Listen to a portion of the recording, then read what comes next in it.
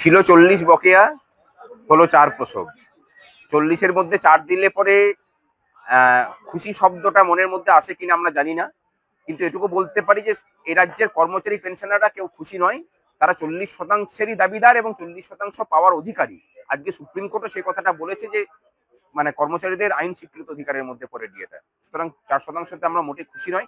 আমরা এরই প্রতিবাদে আগামী রবিবার বেলা 12টার সময় সুবোধ মল্লিক স্কোয়ার থেকে রানী রাসমণি রোড পর্যন্ত প্রতিবাদ মিছিলে ডাক ছিল।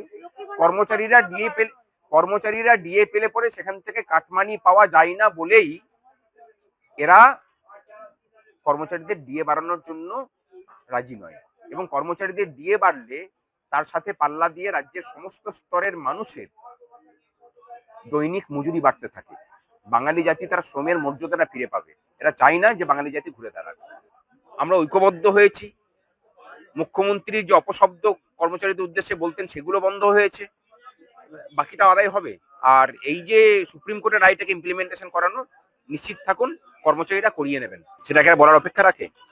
রাজ্য সরকার ভাবুক যে তার প্রতিষ্ঠানের গরিমা কোথায় গেছে, যে সুপ্রিম কোর্টও তোমার প্রতিষ্ঠানটাকে আর বিশ্বাস করতে পারছে না। তাকে কমিটি করে বলে দিতে হচ্ছে, সেই কমিটি ঠিক করে দেবে কত টাকা দিতে হবে, কবে দেবে, তুমি সেটা দিলে কিনা সেটাও তারা ঠিক করে দেবে না।